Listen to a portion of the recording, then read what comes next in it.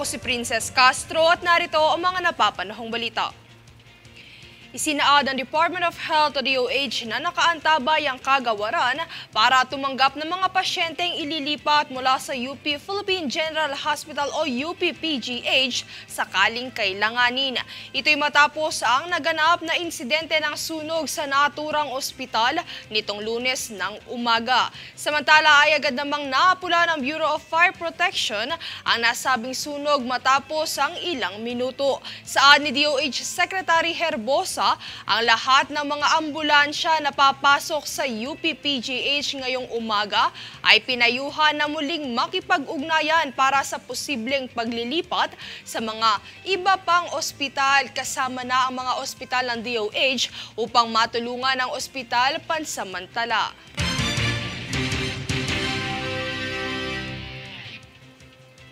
Ngayong araw, sinimulan na ng Kamara ang pagdinig sa 6.352 trillion pesos budget ng 2025.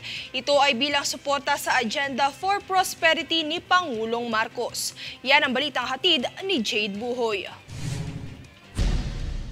Nagsimula na ngayong Lunes ang plenaryo ng Kamara upang talakayin ang 6.352 trillion pesos na pambansang budget para sa taong 2025. Ayon kay Speaker Ferdinand Martin Romualdez, susuportahan ng budget ang Agenda for Prosperity at Bagong Pilipinas programs ni Pangulong Ferdinand Marcos Jr. Sinabi ni Romualdez na makatutulong ang budget sa pagpapababa ng presyo ng bilihin, partikular na ang bigas na ngayon nasa 42 pesos kada kilo. Layunin din ng budget na mapataas ang ani ng mga magsasaka at mangingisda na magreresulta sa sapat na supply ng pagkain at mas mababang presyo. Maglalaan din ang budget para sa pagpapalawak ng infrastruktura at pagsuporta sa edukasyon, lalo na sa mga maralitang komunidad. Pahayag ni Romualdez na target ng bansa na mapanatili ang ekonomiyang pagpapalago sa 6% o mas mataas pa, alinsunod sa mga pandaigdigang pagtataya. Nakatakdang maipasa ang budget sa ikatlo at pinal na pagbasa sa ika-25 ng Setyembre, kasabay ng pagtalakay sa pondong ilalaan sa mga pangunahing ahensya ng pamahalaan. Jade Buhoy, nag-uulat para sa One Media Network.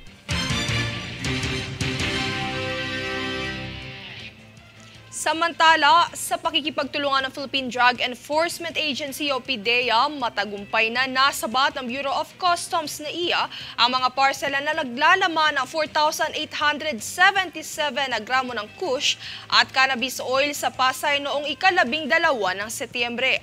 Ang kabuwang halaga ng mga nasabat na droga ay tinatayang 6.8 million pesos. Samantala, inihayag ni BOC Commissioner Bienvenido Rubio ang patuloy na dedikasyon ng ahensya sa paglaban sa pagpasok ng mga iligal na droga sa bansa.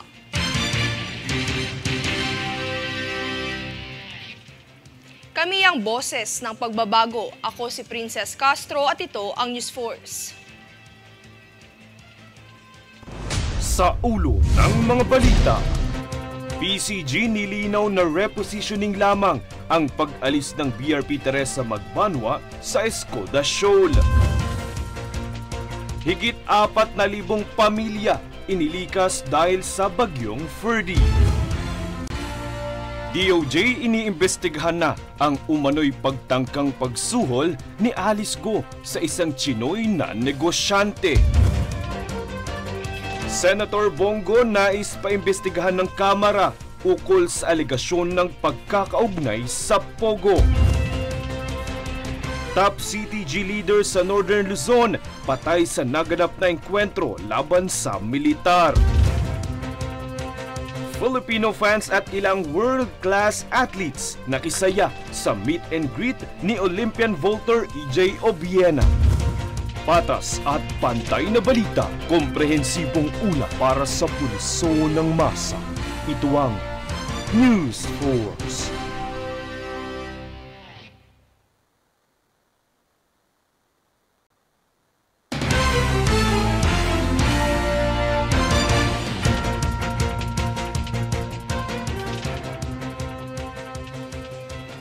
Ako si Princess Castro at narito ang mga napapanahong balita.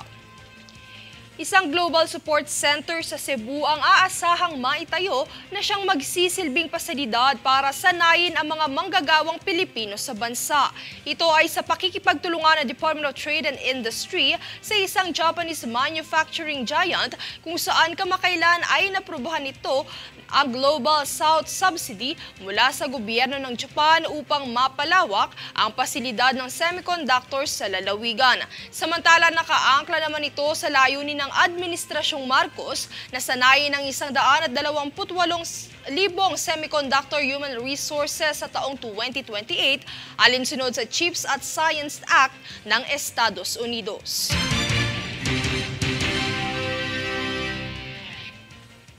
Iniimbestigahan na ng Department of Justice ang umano'y pagtangkang pagsuhol ni dismissed Mayor Alice Guo sa isang Filipino-Chinese trader.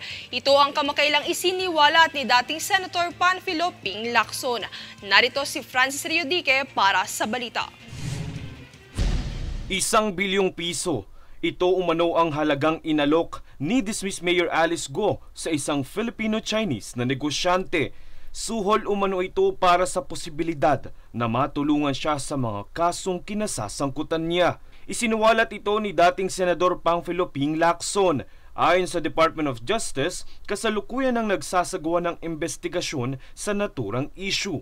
Pahayag ni Justice Secretary Jesus Crispin Remulla, maaaring bilyong-bilyong piso ang pinagagalaw na pera ni Guo para maisalba siya sa kanyang kinaharap na kaso. Samantala, tuloy na ang paghahain ng Justice Department ng kasong qualified human trafficking laban kay Guo ngayong linggo. Ito ay matapos na payagan ng Supreme Court na ilipat ang pagdinig sa nasabing kaso mula sa Capas Tarlac RTC patungo sa Pasig RTC.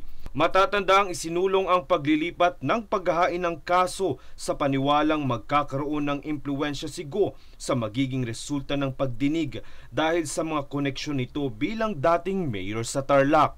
Francis Riodique, nag-uulat para sa One Media Network.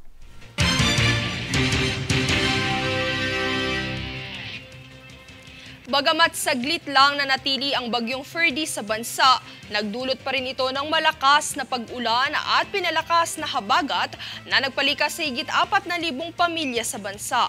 Pumasok si Ferdy sa Philippine Area of Responsibility nitong nagdaang Biyernes at umalis din ng madaling araw nitong Sabado. Sa tala ng National Disaster Risk Reduction and Management Council o NDRRMC, may higit 4,000 pamilya ang naapektuhan ng masamang panahon sa Western Visayas, Davao Region at Soc-Sargen.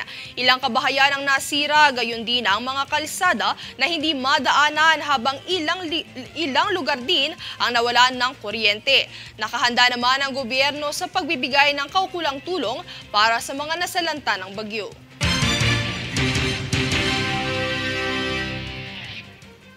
Kami ang boses ng pagbabago. Ako si Princess Castro at ito ang News Force. Sa ulo ng mga balita, PCG nilinaw na repositioning lamang ang pag-alis ng BRP Teresa Magbanwa sa Escoda Shoal. Higit 4,000 pamilya inilikas dahil sa bagyong Ferdy. DOJ iniimbestigahan na ang umano'y pagtangkang pagsuhol ni Alice Guo sa isang Chinoy na negosyante. Senator Bongo nais paimbestigahan ng Kamara ukol sa alegasyon ng pagkakaugnay sa Pogo. Top CTG leader sa Northern Luzon patay sa naganap na engkwentro laban sa militar. Filipino fans at ilang world-class athletes nakisaya sa meet and greet ni Olympian vaulter EJ Obiena. Patas at pantay na balita, komprehensibong ulat para sa pulso ng masa. Ito ang News Force.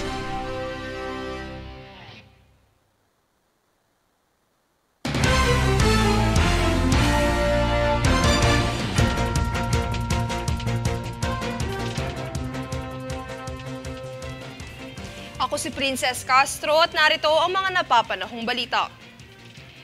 Base sa datos ng Disaster Response and Management Division ng Department of Social Welfare and Development o DSWD ay nasa mahigit 1,500 pamilya ang lubhang naapektuhan ng malaking sunog sa Tondo, Manila noong ika-14 ng Setyembre.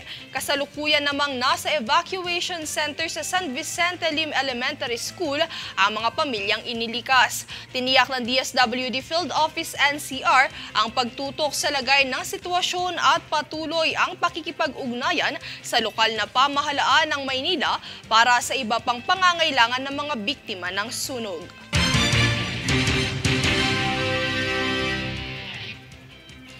Daan-daang Filipino fans ni Olympian pole vaulter EJ Obiena ang nakisaya sa meet and greet nitong linggo sa Parañaque City. Kilig to the bone sa hatid ng tinaguriang pambansang jowa sa mga tagahangang dumalo sa kaganapan. Ang buong kaganapan tunghayan sa ulat na ito.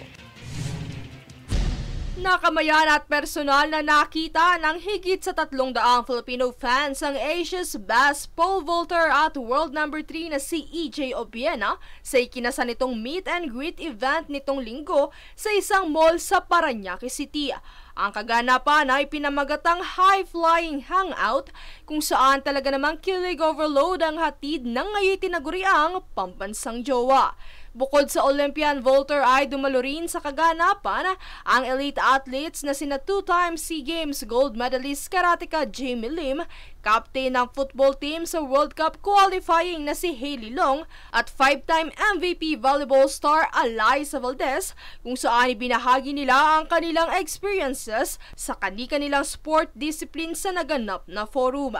Kasabay nito ay nagkaroon din ng mga palaro na bukod sa kinilig at sumaya sa mga handog na papremyo ang mga tagahanga at audience ay lubos pang nakilala ang Tondo vaulter dahil sa mga trivia at fan facts na ibinahagi sa kaganapan. Talaga namang nagtagisa ng bilis at hindi nagpaawat sa pagsagot ang fans sa social media gamit ang format na EJ's Blank is Blank, kalakip ng mga hashtags na EJ Obiena, High Flying Hangout, Raise the Bar at Hangout with EJ.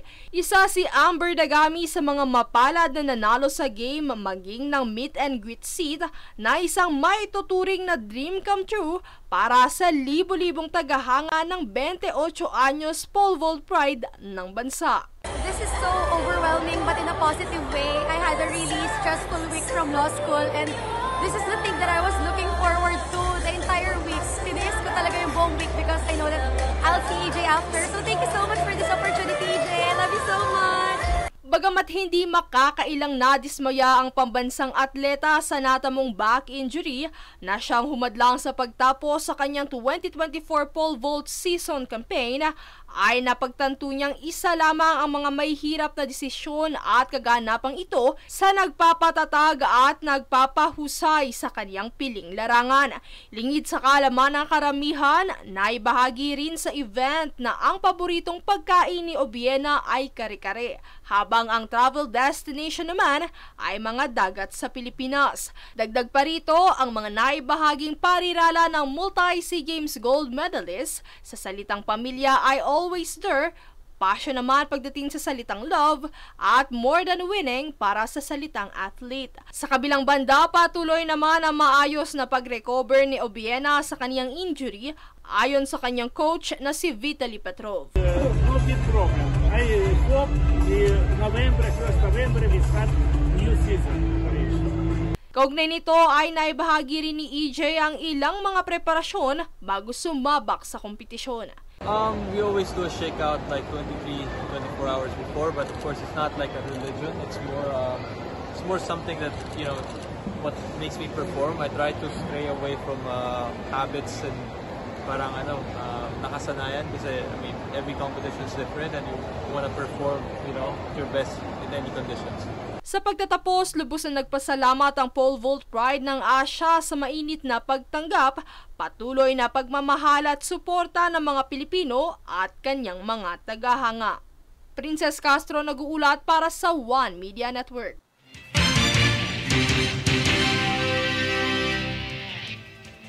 Ipinagbabawal na sa lungsod ng San Juan sa Maynila ang pagligo, paglalaro at paggala sa bahang dulot ng malakas na pag-ulan. Pangunahing dahilan nito ay dahil sa masamang epekto ng tubig baha sa kalusugan ng mga tao. Naglabas na rin ng resolusyon ng Metro Manila Council na gayahin ang regulasyong ito ng lahat ng LGU sa Kamaynilaan. Muling nagpaalala naman ang Department of Health na hindi biro ang sakit na dulot ng paglusong o pagligo sa tubig baha.